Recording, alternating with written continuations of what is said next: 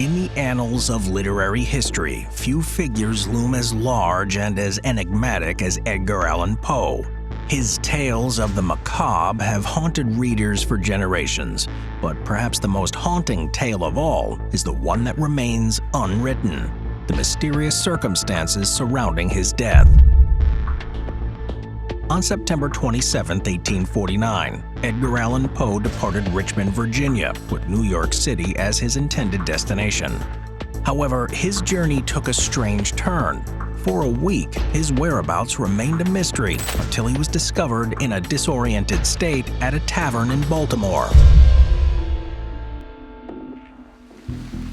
On the stormy evening of October 3, 1849, Joseph Walker, a pressman with the Baltimore Sun, was en route to Gunners Hall. That night, the hall served as the polling station for Baltimore's old Fourth Ward. Amidst the rain, Walker stumbled upon a man in the gutter, disoriented, drenched, and seemingly under the spell of some intoxicating substance.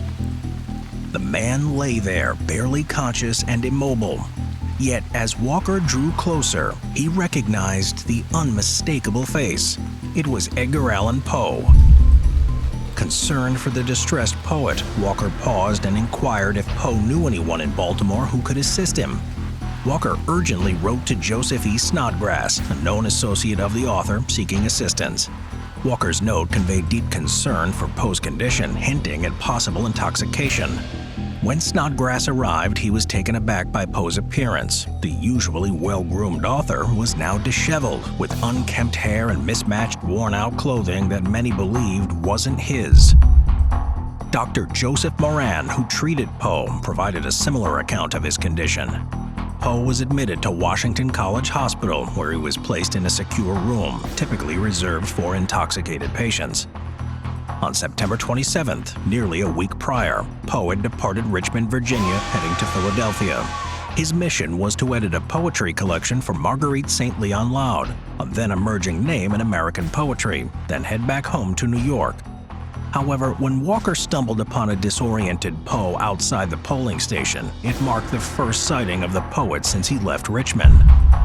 Poe's intended journey to Philadelphia for his editing task remained unfulfilled, and he never returned to his residence in New York.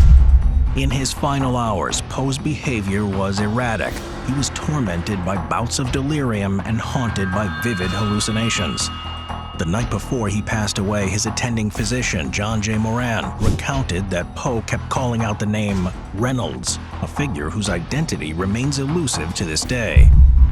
Poe also spoke of a wife in Richmond. It's unclear whether he was referencing his late wife, Virginia Eliza Clem Poe, or Sarah Elmira Shelton, to whom he had recently proposed. Adding to the mystery, Poe expressed concern over a missing trunk, later found at the Swan Tavern in Richmond. Poe's condition deteriorated, and on October 7, 1849, he passed away. His last words, as recounted by Dr. Moran, were a poignant plea: "Lord, help my poor soul." The circumstances of Poe's final week remain a mystery, adding another layer to the legacy of this iconic writer. Rumors swirled about the cause of Poe's condition. Some whispered of alcohol, suggesting that Poe had fallen off the wagon after a long battle with addiction. Others murmured of brain fever, cholera, or even rabies, but no definitive cause of death was ever determined.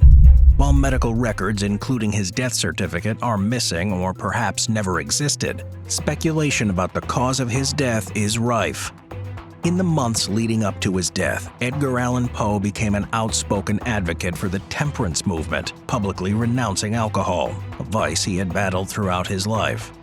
Susan Archer Talley Weiss, in her biographical account, The Last Days of Edgar A. Poe, recounts a significant episode during Poe's last days in Richmond.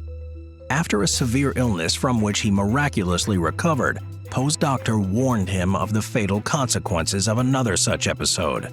Poe's response, hinting at his recent indulgence in alcohol, was that he wouldn't succumb if not tempted.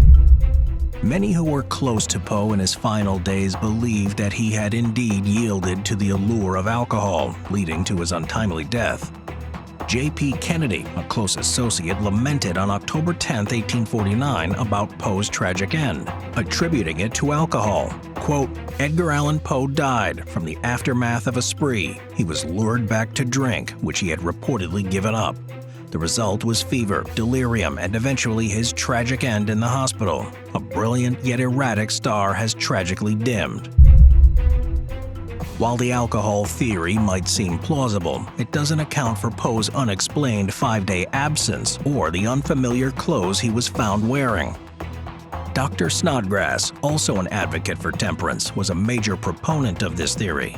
He toured the country, attributing Poe's death to excessive drinking. However, modern analysis changes this narrative. Tests on hair samples taken posthumously from Poe indicate low lead levels, suggesting that Poe likely maintained his sobriety until his end.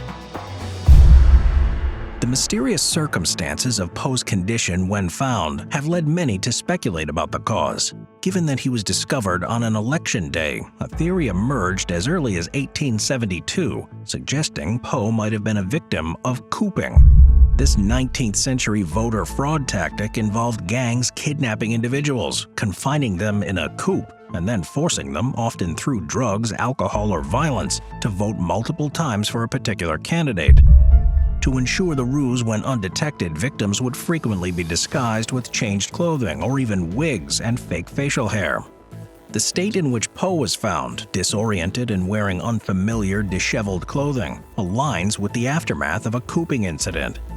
This theory has been so compelling that it became a standard explanation in many of Poe's biographies for decades.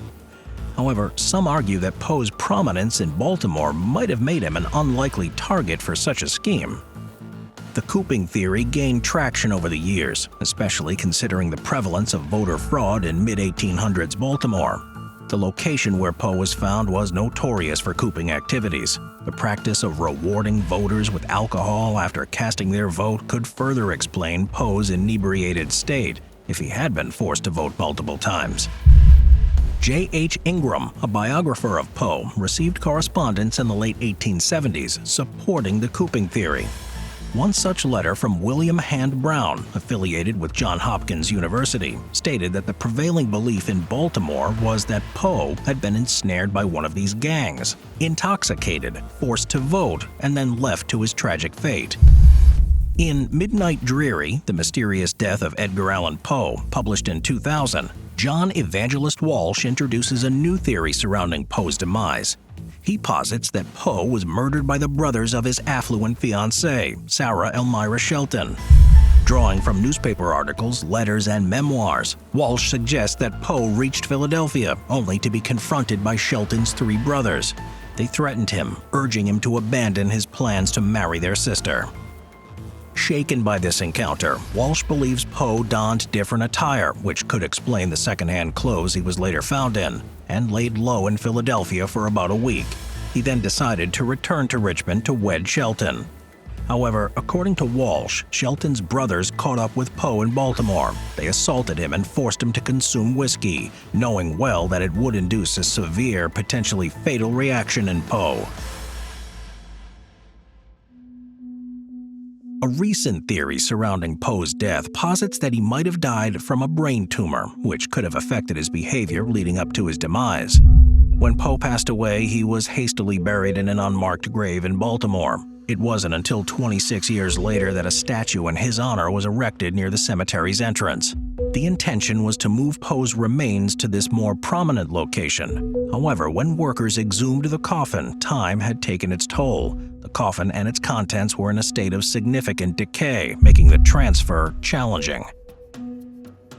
After 26 years underground, the structural integrity of both Poe's skeleton and the coffin it lay in was seriously compromised, and the entire thing broke apart.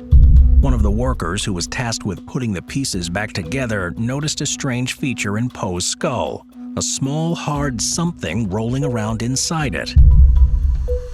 Contemporary newspapers speculated that this was Poe's brain, remarkably preserved. Modern understanding, however, dismisses the idea that the brain could remain intact for so long post-mortem. Yet this mysterious mass piqued the curiosity of Matthew Pearl, an American novelist who penned a book about Poe's death.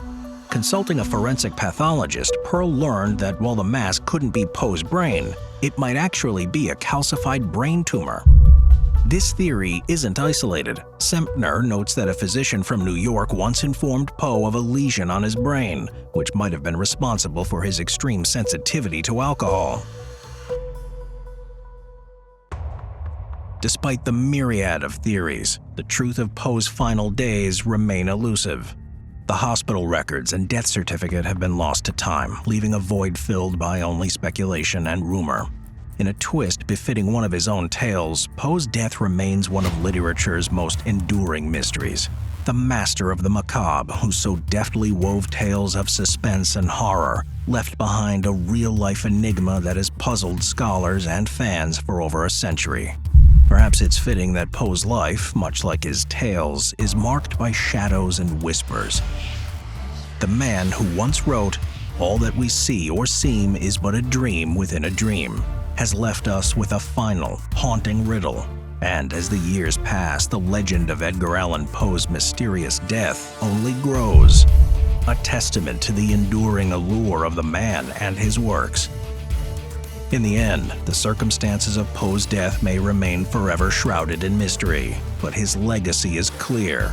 Through his tales of the macabre, Poe has immortalized himself, ensuring that his name, like the raven's cry of "Nevermore," will echo through the annals of literary history for generations to come.